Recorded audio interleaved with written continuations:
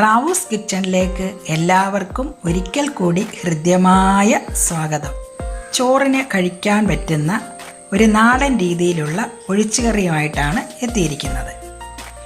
അത് നമ്മുടെ അമ്മമാരും മുത്തശ്ശിമാരും ഒക്കെ പണ്ട് കാലത്ത് എല്ലാ ദിവസങ്ങളിലും ഉപയോഗിച്ചിരുന്ന ഒരു വിഭവമാണ് ഇത്. നിങ്ങൾ ആദ്യമായിട്ടാണ് ഈ ചാനൽ കാണുന്നതെങ്കിൽ ഇത് സബ്സ്ക്രൈബ് ചെയ്യുവാൻ മറക്കരുത്. തൊട്ടടുത്തുള്ള ബെൽ ബട്ടൺ കൂടി ഒന്ന് പ്രസ് ചെയ്യണമേ. അപ്പോൾ അടുത്തടുത്ത് വരുന്ന നല്ല വീഡിയോസിൻ്റെ നോട്ടിഫിക്കേഷനൊക്കെ നിങ്ങൾക്ക് ലഭിക്കും. ഞാനിത് പച്ച തക്കാളി 4 എണ്ണം നീളത്തിലരിഞ്ഞു വെച്ചിട്ടുണ്ട്. 3 വെണ്ടയ്ക്ക നീളത്തിൽ അരിഞ്ഞ് ചെറുതാക്കിയിട്ടുണ്ട്.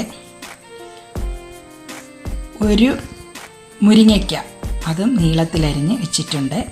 പിന്നെ അരപ്പിന് വേണ്ടുന്ന സാധനങ്ങളെന്ന് പറയുന്നത് തേങ്ങ, 1/2 കപ്പ് തേങ്ങയുണ്ട്. അതിൻ്റെ കൂടെ ഞാൻ 1/2 സ്പൂൺ മുളക് പൊടിയും 1/2 സ്പൂൺ മഞ്ഞൾപ്പൊടിയും ചേർത്തിട്ടുണ്ട്. പിന്നെ പച്ചമുളകുണ്ട്, വെളുത്തുള്ളിയുണ്ട്, ജീരകവും ചുമന്നുള്ളി, ഇതെല്ലാം കൂടെ ചേർത്താണ് ഇതിൻ്റെ കറിക്കൂട്ട് തയ്യാറാക്കുക. തക്കാളി എല്ലാം കൂടെ എടുത്തിടാം ഒരു പാത്രത്തിൽ. വെണ്ടയ്ക്ക, മുരിങ്ങയ്ക്ക, പച്ചമുളക് ഒഴിച്ച് അതിനകത്ത് വെള്ളവും കൂടെ ചേർത്ത് നമ്മുടെ കറി അടുപ്പത്ത് വെച്ചു. അതിനകത്ത് സ്വല്പം മുളക് പൊടി, സ്വല്പം മഞ്ഞൾപ്പൊടി, സ്വല്പം ഉപ്പും കൂടെ ചേർത്താണ് ഞാൻ വെച്ചേക്കുന്നത്. ഇനി അതൊന്ന് നമുക്ക് മൂടി വെച്ച് അതൊന്ന് തിളയ്ക്കുമ്പോഴത്തേക്ക് നമ്മുടെ അരപ്പ് തയ്യാറാക്കാം.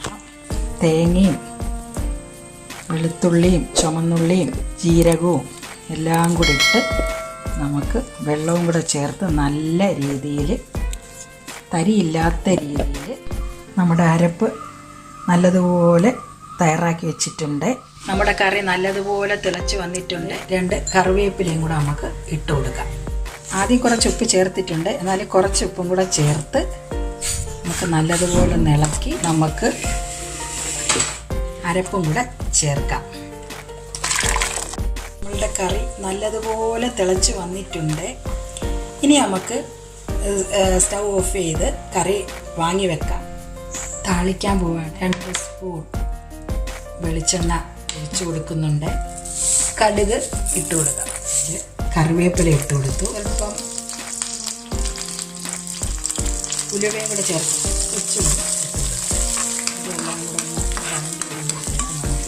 വറ്റൽമുളകും കൂടെ ഇട്ട് നമുക്ക് വറ്റൽമുളകും കൂടെ ഇട്ട് കൊടുക്കാം.